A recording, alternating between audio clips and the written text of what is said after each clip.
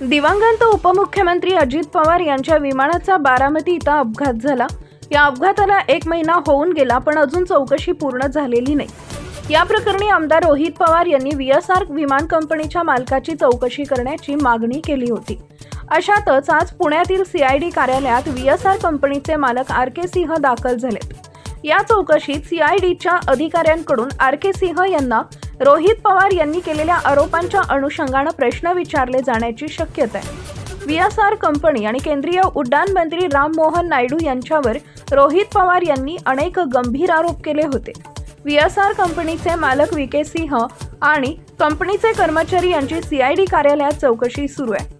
विमानाचे भाडे किती होते, बुकिंग कोणी केली, विमानाची तांत्रिक स्थिती काय होती आणि कंपनीची इतर कायदेशीर कागदपत्रे योग्य होती का, या सर्व बाबींचा तपास आता CID करणार आहे। टाइम्स ऑफ महाराष्ट्र न्यूजसाठी शिवानी लकडे यांचा रिपोर्ट, पुणे।